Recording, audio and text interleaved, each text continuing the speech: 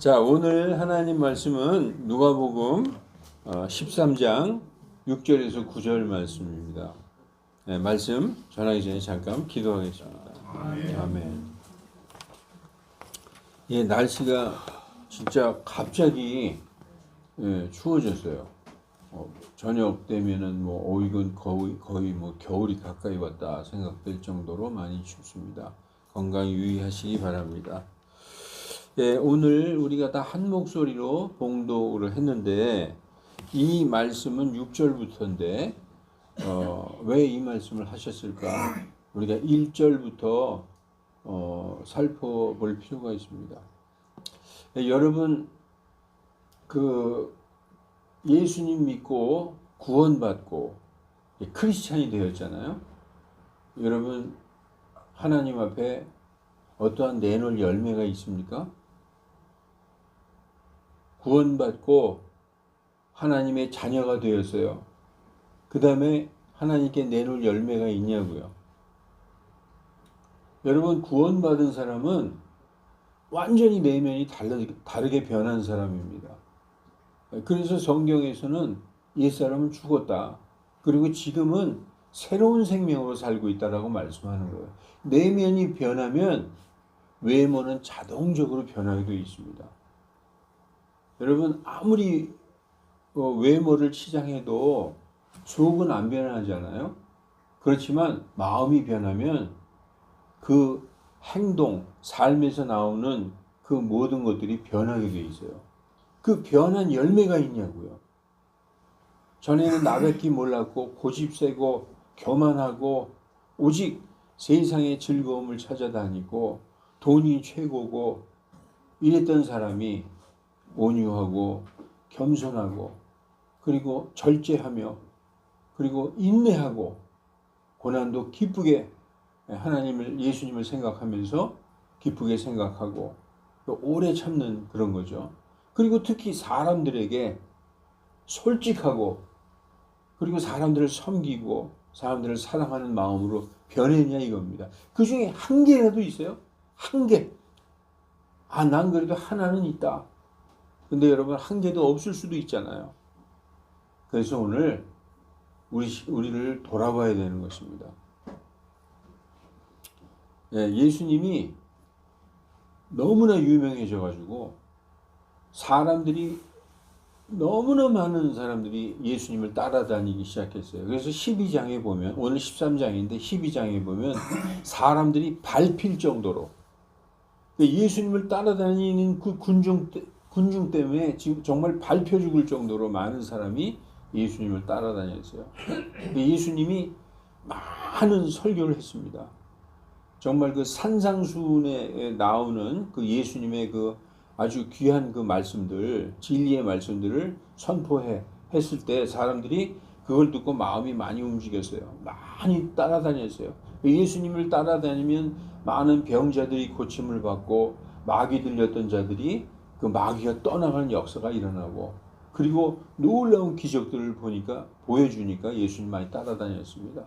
그러던 와중에 13장 1절에 보면은 어떤 사람들이 예수님을 따라다니던 사람 중에 어떤 사람들이 와서 예수님에게 이렇게 말합니다. 빌라도가 어떤 갈릴리 사람들이 제사를 지내는데 그 갈릴리 사람들의 피를 그 제물에 섞었나이다. 여러분 그게 무슨 뜻일까요? 1절에 보면 이런 말이 나와요. 1절을 제가 안 적었네. 1절에 보면은 빌라도가 어떤 갈릴리 사람들의 그 희생물, 제물에 그 갈릴리 사람들의 피를 섞었나이다. 여러분 제사는 어디서 지낼 수 있죠? 이스라엘 사람들이 제사 지내고 하나님에게 예배드리면서 희생물을 드릴 때 빈손으로 오면 안 돼. 반드시 제물을 가지고 하나님 앞에 가야 되는 겁니다. 하나님 앞에 양이나 염소 이런 걸 드리고 어디에 가서 제사를 드려야 돼요? 예루살렘 성전이에요. 예루살렘 성전에서 하나님께 희생물을 드릴 때 빌라도가 군인들을 데리고 와서 그 희생물을 드리는 갈릴리 사람들을 죽여서 그 희생물의 피에 갈릴리 사람들의 피를 섞었다는 얘기예요. 얼마나 끔찍한 얘기입니까? 그런 다른 얘기로 얘기가 무슨 얘기냐 하면은 갈릴리 사람들이 와서 예루살렘 성전에서 예배를 드리는데 희생물을 드리는데 빌라도가 군대를 끌고 와서 그 제사 지낸 사람을 죽였다는 거예요. 이스라엘 사람들에게 있어서 가장 중요한 곳이 바로 성스러운 장소가 바로 예루살렘 성전인데 거기에 이방인인 빌라도가 군대까지 끌고 들어와서 하나님에게 희생물을 드리는 예배 드리는 사람을 죽였다는 거예요. 그건 이스라엘 사람들로서는 정말 놀랄 만한 일이고 완전 신성모독적인 일이죠. 그런데 예수님이 그걸 들으시고 그래? 아니 빌라도가 그런 짓을 했단 말이야. 이게 용납할 수 없도다 그러고 화를 내실 줄 알았는데 뭐라고 얘기하시느냐. 그 죽임을 당한 그 갈릴리 사람들이 너희보다 죄가 많아서 죽임을 당했다고 생각했느냐? 너희도 회개하지 않으면 그같이 다 멸망하리라. 이렇게 말씀하고 있는 거예요. 여기 나오죠. 예수님께서 그 말을 듣고 2절에 응답하여 그들에게 이르시되 너희는 이 갈릴리 사람들이 그런 일로 고난을 당하였으므로 한마디로 죽임을 당하였으므로 그들이 모든 갈릴리 사람보다 더 큰 죄인이었다고 생각하느냐? 내가 너희에게 이르노니 아니라 너희가 회개하지 아니하면 다 그와 같이 멸망하리라. 이렇게 말씀하고 있어요. 그러면서 이어서 하신 말씀이 뭐냐 하면은 또 이런 말씀을 합니다. 얼마 전에 그 예루살렘에서 망대가 무너져서 18명이 죽었는데 여기 나오죠. 실로암 망대에서 망대가 무너져서 18명이 깔려 죽었는데 이 죽은 18사람이 예루살렘에 거한 모든 사람들보다 더 큰 죄인이었다고 생각하느냐? 내가 너희에게 이르노니 아니라 너희가 회개하지 아니하면 다 그와 같이 멸망하니라. 이렇게 말씀하는 거예요. 요즘 말로 하면 교회에서 예배드리다가 총에 맞아 죽었다는 말과 똑같아요. 그 성전에서 제사 드리다가 빌라도의 군대에게 죽었다는 것은 요즘 말로 하면 교회에서 예배드리다가 총 맞아 죽었다는 말과 똑같습니다. 그리고 실로암 망대가 무너져 깔려져 죽었다는 것도 차 타고 지나가다가 다리가 무너져 죽었다는 것과 똑같은 얘기예요. 그 사람들이 죄가 얼마나 많았으면 그런 일로 죽었을까 하는 것이 그 당시 사람들의 일반적인 관념이었습니다. 그런데 예수님은 특별히 너희보다 죄가 많아서 그 사람들이 죽은 게 아니다. 너희에게도 일어날 일이 그들에게 일어난 것뿐이다. 그러므로 너희도 회개하지 않으면 모두 다 그들처럼 망하리라 라고 말씀하고 있는 것입니다. 그러므로 오늘 예수님의 이 비유의 말씀의 핵심은 회개하라입니다. 그래서 이 5절까지의 말씀을 하신 다음에 이어서 오늘 본문 6절을 말씀하신 거예요. 예루살렘 성전에서 제사 드리다가 죽임을 당한 갈릴리 사람, 그리고 예루살렘에서 실로암 망대가 무너져서 죽은 18사람, 이 사람들이 너희들보다 죄가 많아서 죽은 줄 아느냐? 그렇지 않다. 너희도 회개하지 않으면 다 그들처럼 멸망하리라. 이렇게 말씀하면서 이어서 비유를 말씀하시는데 무슨 비유를 말씀하셨느냐? 무화과의 비유를 말씀하셨어요. 열매 없는 무화과의 비유를 말씀하셨다는 것입니다. 그래서 오늘 이 비유의 말씀을 가만히 보면 회개하라입니다. 회개하라. 여호와 하나님을 잘 믿고 있는 이스라엘 사람들에게 회개는 무엇일까요? 지금 이거 이스라엘 사람들에게 얘기하는 거죠. 우리는 그 당시의 얘기를 지금 듣고 있는 겁니다. 우리는 현 시대를 사는 크리스찬으로서 그 당시에 예수님께서 이스라엘 사람들에게 유다인들에게 하셨던 말씀을 우리가 지금 보고 있는 거예요. 그 당시에 이스라엘 사람들은 여호와 하나님을 잘 믿고 있었어요. 그런데도 예수님은 그들에게 회개하라고 말씀하시고 있어요. 이스라엘 사람들에게 회개는 무엇이냐? 모세의 율법이라는 버스에서 내려서 예수 그리스도의 복음이라는 버스로 타는 게 회개라는 거예요. 다시 한번 말씀드릴까요? 그 당시 이스라엘 사람들, 유다인들은 모세의 율법이라는 버스를 타고 있었는데 그 버스에서 내려서 예수 그리스도라는 복음이라는 예수 그리스도의 복음이라는 버스로 갈아타는 것이 바로 뭐다? 회개다. 그런데 그 사람들은 우리가 무슨 회개를 해? 우리 하나님 잘 믿고 있어. 율법에 기록된 그거 다 지키고 있거든. 무슨 회개를 해? 회개 안 하는 거죠. 그냥 율법에 안주해 있는 거예요. 율법에 그냥 안주해서 거기 눌러 있는 거예요. 그러면 예수님이 보실 때 그게 회개한 사람일까요? 회개한 사람이 아니잖아요. 그러니까 회개하라. 그리고 회개했다는 그 증거를 보여라라고 얘기하는 거예요. 열매가 증거잖아요. 그죠? 하나님을 잘 믿고 있다는 것은 율법을 잘 지키고 있다는 말과 똑같습니다. 그러므로 우리는 조상 대대로 지켜온 모세의 율법만 믿으면 돼. 예수님의 복음은 필요가 없어. 라고 하는 사람들은 회개하지 않은 사람들입니다. 이제 예수님은 조금 있으면 자기가 이 세상에 있지 않을 것을 아시고 조금 있으면 십자가에 돌아가실 걸 알고 계시잖아요. 그걸 아시고 이스라엘 백성들이 회개하기를 촉구하시면서 율법에서 내려서 복음으로 들어오기를 촉구하시면서 오늘 말씀인 무화과 나무의 비유를 말씀하기 시작합니다. 자, 6절부터 보시겠습니다. 6절에 뭐라고 써 있어요? 오늘 여러분 다 읽은 거예요. 저랑 같이 읽었어요. 그분께서 또 이 비유를 말씀하실 때 어떤 사람이 자기 포도원에 무화과 나무 한 그루를 심게 하고 와서 그것의 열매를 구하였으나 하나도 찾지 못하니라. 다시 말해서 어떤 사람이 자기 포도원에 무화과 나무를 하나 심었다는 거예요. 그럼 여기서 어떤 사람이 누구일까요? 밑에 해답이 있어요. 해답 보지 마세요. 하나님이 지금 비유로 말씀하시는 거예요. 예수님이 비유를 말씀하시는 거죠. 어떤 사람이 하나님이 자기 포도원에 무화과 나무를 심었어요. 무화과 나무는 누굴까요? 이스라엘.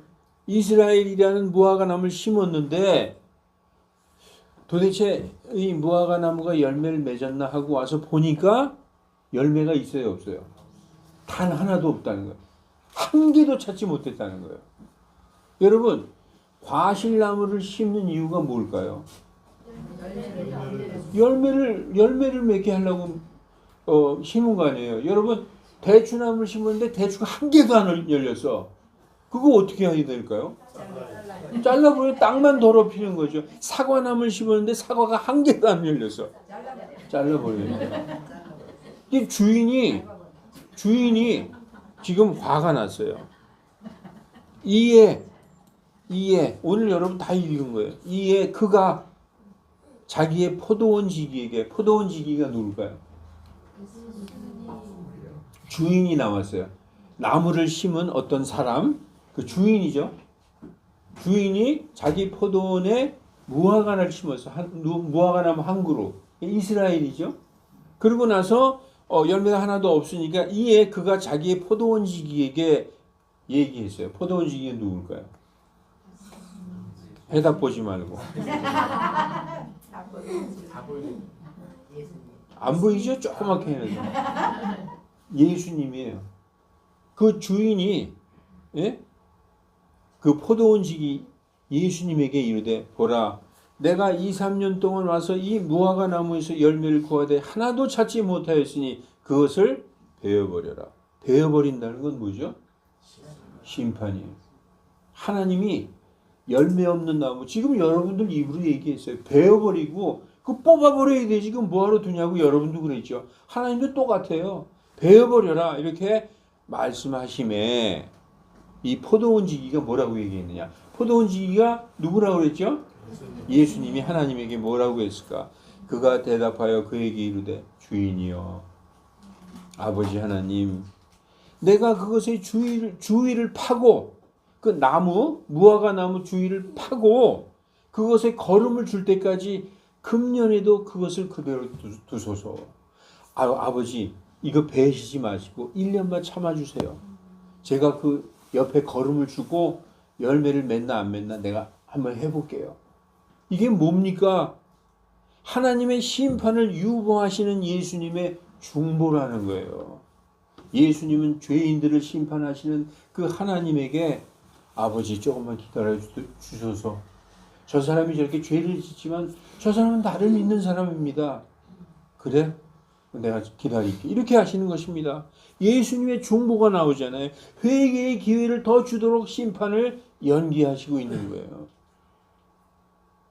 그리고 뭐라고 그래? 9절에 만일 그것이 열매를 맺으면 좋으려니와 열매를 맺으면은 그거 된 거 아닙니까? 그런데 그때도 열매를 맺지 않으면 그 뒤에 그것을 베어버리소서 하였느니라 라고 말씀하세요. 지금 1절부터 우리가 쫙 볼 때 어떤 사람들이 요즘 말로 하면 그때 이스라엘 사람들은 저 사람들은 죄가 얼마나 많길래 저런 일을 당했을까? 그런데 예수님은 그 사람들이 너희보다 죄가 많아서 그렇게 그 멸망을 당한 게 아니다. 너희도 회개하지 않으면 모두 다 그들처럼 멸망하리라라고 말씀하는 거예요. 그러면서 하나님이 무화과 나무를 보고 어떻게 말씀하시느냐? 열매가 하나도 없는 무화과 나무를 보시고 하나님이 어떻게 생각하시느냐? 그거를 비유로 말씀하고 있는 거예요. 그러니까 예수님은 하나님께서 세상을 이처럼 사랑하사 요한복음 3장 16절에 자신의 유일하게 나신 독생자를 이 세상에 보내셨어요. 그래서 누구든지 저를 믿는 자마다 멸망치 않고 영원한 생명을 얻게 하려 하심이라 라고 해서 보내셨어요. 그래서 그 예수님은 오직 우리에게는 모세의 율법밖에 없어. 하나님의 말씀은 모세의 율법 그거밖에 없어라고 머리에 뼈에 아주 박혀있는 그 사람들에게 복음을 전하기 시작했어요. 근데 복음을 안 받아들이는 거예요. 잠시 따라다녀요. 예수님이 기적을 보이고 예수님이 놀라운 일을 벌이고 병자를 치료하고 또 오병이어의 기적을 베풀고 그럴 때는 쫓아다녀요. 조금 있으면 예수님을 쫓아다니지 않습니다. 회개의 열매를 볼 수가 없어요. 여러분 그래서 하나님의 마음을 알 수 있는 거예요. 하나님은 열매를 맺기를 기다리고 있어요. 그래서 오늘 이 말씀의 핵심 메시지는 하나님은 예수님 때문에 참고 기다려 주시지만 아무런 열매 없이 시간만 흘려보내면 결국 심판을 면할 수 없음을 경고합니다. 여러분 오늘 무화과 나무 여기 비유에도 1년만 제가 이 나무 주위를 파고 거름을 줄 테니까 1년만 기다려주세요. 다음 해에도 열매 맺지 않으면 그때 베어버리소서라고 간청하고 있는 거 보시지 않습니까? 그러면 여러분 심판하는 날이 다가올까요? 영원히 보류가 될까요? 언젠가 다가온단 말이에요. 심판의 날이. 그걸 말씀하고 있어요. 그래서 개개인에 주어진 시간 동안 회개하고 돌아와야 됩니다. 이스라엘 민족에게 회개라는 것은 모세의 율법이라는 그 버스에서 내려서 예수 그리스도의 복음이라는 버스로 갈아타는 것이 바로 회개. 그게 하나님이 기뻐하시는 거예요. 그런데 아니야, 우리는 모세의 율법 이거는 조상 때부터 지키던 이것만 지키면 돼 이러고 있는 것입니다. 여러분 우리는 어떨까요? 현 시대에 살고 있는 우리는 이미 예수 그리스도의 복음이라는 버스에 올라탔어요. 거기에 들어와 있는 사람이에요. 그러면은 이때 이 예수님이 이 말씀을 하실 당시의 회개와 지금 현재를 사는 우리 크리스천들의 회개는 어떤 점이 다를까요?